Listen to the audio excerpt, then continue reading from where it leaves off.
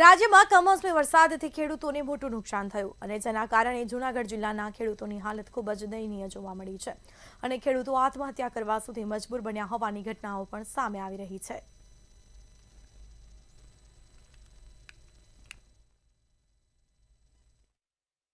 ऐतिहासिक पैकेज कई रीते थी हिसाब करो ना कि 10,000 करोड़ खेडूत हिसाब लेके तो 22,000 रुपया थाय छे पर हेक्टरे मधु 2 हेक्टरनी मर्यादा है तो 44,000 रुपया थाय छे। तो आ खेडूतो साथे मजाक करेली है। तो हूँ सरकारने मांग करूँ छूं खेडूतोना पेकेजनी जाहेर 22,000 देवानी जग्याए खेडूतनुं संपूर्ण देવું माफ करो। आ तमे एक पेकेजमां खेडूतोने 2 વાર रमाड्या छे तो कई रीते तो के 200 मण मगफळीनी खरीदी थती थी એ જ ખરીદીની સામે 125 મણની ખરીદી કરી છે। ત્યારબાદ 75 મણનો હિસાબ કરો ને 400 લેખે તો આ પેકેજની હારે ઊભો રહે છે। તો એક પેકેજમાં ખેડૂતોને રાજી કરવા માટે સરકારે વાહવાઈ લૂંટવા માટે આવા આંકડાકીય માહિતી કરી અને ખેડૂતોને ગુમરાહ કર્યા છે। અને ખાસ કરીને સૌરાષ્ટ્રમાં થોડા સમય પહેલાં કમોસમી વરસાદને કારણે અત્યંત પાકને નુકસાન થયેલું હતું અને સરકાર દ્વારા આના માટે ખેડૂત માટે રાહત પેકેજ જાહેર કરવામાં આવ્યું હતું। હવે સરકાર દ્વારા આ રાહત પેકેજ તો જાહેર કરવામાં આવ્યું હતું અને મોટા મોટા તાઇફાઓ પણ કરવામાં આવ્યા પણ આજ દિન સુધી હજી લોકોને ખેડૂતને આ સહાય પેકેજ મળ્યું નથી, જેને કારણે ખેડૂત પણ અત્યંત દુવિધામાં છે। કારણ કે નવા પાકનું વાવેતર કરવું હોય તો ખેડૂત પાસે આજે નવું બિયારણ કે ખાતર લેવાના પણ પૈસા નથી।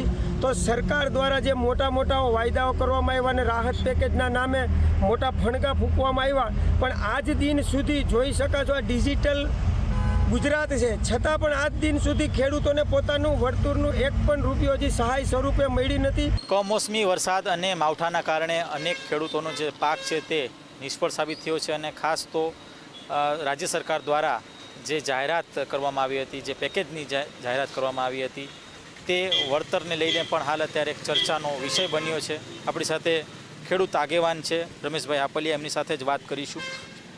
રમેશભાઈ, શું કહેશો? કમોસમી વરસાદ વરસ્યો હતો અને ખૂબ મોટું નુકસાન, વ્યાપક પ્રમાણમાં નુકસાન છે તે સૌરાષ્ટ્ર સહિત સમગ્ર રાજ્યમાં થયું હતું। શું કહેશો આ વરસાદ સામે સરકાર દ્વારા જાહેરાતની પણ વાત કરવામાં આવી, ખરા અર્થમાં એ જાહેરાત આપના સુધી પહોંચી છે કે કેમ? ખેડૂત ભાઈઓ સુધી પહોંચી છે કે કેમ? પહેલાં તો અમને સરકારની આ જે ઢંઢેરો પીટવાની જે નીતિ છે ને એ જ મગજમાં નથી ઉતરતી કે ભાઈ પાયમાલ થઈ ગયો છે, તણાઈ ગયું છે, સરકારના ચોપડે વરસાદ આટલો બધો કમોસમી છે અને એની સહાય માટે થઈને એના ખાતામાં 10-20 હજાર રૂપિયા આવે ને એના મળતિયાઓ જે છે તે મંડે સીધા જ બધા પ્રેસ કોન્ફરન્સ કરવા અને માણસો ભેગા કરીને કમલમમાં બેહીને કે આટલા ખેડૂતોના ખાતામાં પૈસા જમા થઈ ગયા। અરે ભાઈ, તો જે આટલી બધી નુકસાનીની સામે એક પાસેરની પૂણી બરાબર વસ્તુ છે એટલે નુકસાની બહુ મોટી ગઈ છે એ નજર સામે છે, બધાને ખબર છે કે આટલું તણાઈ ગયું, આટલું બગડી ગયું, આટલો ખેડૂત હેરાન થઈ ગયો અને આટલા એક મહિનાની અંદર 5 ખેડૂતોને આત્મહત્યા કરવી પડે તો એ આપણે એવું માનીએ છીએ કે સિસ્ટમની ક્યાંક ખામી છે। સમાજને, દરેક વર્ગને પગભર કરવો, હિંમતથી જીવવા માટે થઈને એની સુવિધાઓ પૂરી પાડવી, આ પ્રાથમિક જરૂરિયાતો પણ સરકાર પૂરી કરી શકતી ન હોય અને એ ખરીદી કરવાની અને રાહત પેકેજ દેવાની ને જે વાતો કરે છે ને એ આપે છે એમાં ના નહીં, પણ આવડો મોટો વર્ગ અને આવડા મોટા ટર્નઓવરની સામે એ પાસેરમાં પૂણી બરાબર છે। આજે તમે રાજકોટનું જુઓ કે રાજકોટના એક યાર્ડની અંદર 1500 વાહન લાઇનમાં ઊભા હોય, ખાલી એક મગફળીની જણસને 2.5 લાખ ટન એક દિવસની અંદર આવક થતી હોય તો સરકારના કેન્દ્ર ઉપર તો ખાલી 30, 40, 50 જણાને જ બોલાવે છે, ત્યાં એને કે હાંજ પડી જાય છે। શું કામ ભાઈ હાંજ પડી જાય છે? તો કે દાન જ નથી જાજાને લેવાની, બરોબર છે। એક તાલુકામાં 3 ઠેકાણે લેતા હોય તો 150 વાહન થયા, 3 તાલુકાના કેટલા વાહન થાય તો કે 450 વાહન થાય।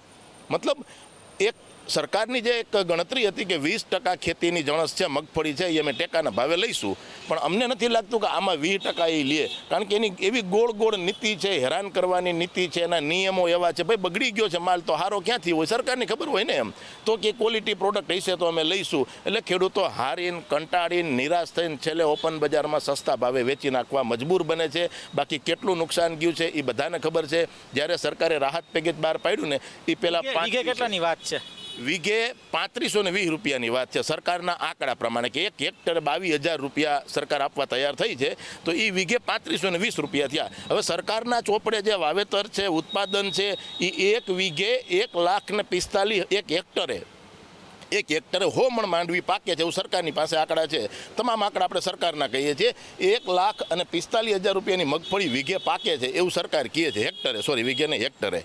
તો હવે હેક્ટરે 1.5 લાખ રૂપિયાની માંડવી પાકતી હોય તેમાંથી અમે એવું માની છે કે 50-60 હજાર રૂપિયાનો અમને ખર્ચો હોય, બરોબર. એ 50-60 હજારના ખર્ચાની સામે હેક્ટરે 22,000 આપ્યા. ખર્ચાના અડધાય સરકારે નથી આપ્યા. એટલે નફો એક બાજુ વાત રહી, અને એ સરકારની ખોટી નીતિ, ખોટી દાનતના પાક રૂપે આજે ખેડૂતોને આત્મહત્યા કરવી પડે છે. એકાઉન્ટમાં ક્રેડિટ થયા છે કે શું કહેશો? હા, અમુક ખેડૂતોને પૈસા આવવાનું ચાલુ થઈ ગયું છે, કારણ કે આ બધી વસ્તુ હવે ઓનલાઈન છે ને, એટલે એના માટે જો ધારે સરકાર તો બહુ લાંબી પ્રક્રિયા કે બહુ પ્રોસેસની જરૂરી નથી પડતી. એટલે અમુક ખેડૂતોને અમને પણ એવા વાવડ આવ્યા છે કે આ ભાઈ મારા ખાતામાં જમા થઈ ગયા છે, પણ હવે એ જમા કરવા એ સરકારની ફરજ છે અને ખેડૂતોની મજબૂરી છે. તો એના માટે આ લોકો આટલા બધા મોટે ઉપડે આ ઢોલ નગારા છે ને પીટી સમજાતું નથી અમને એમ, બરોબર.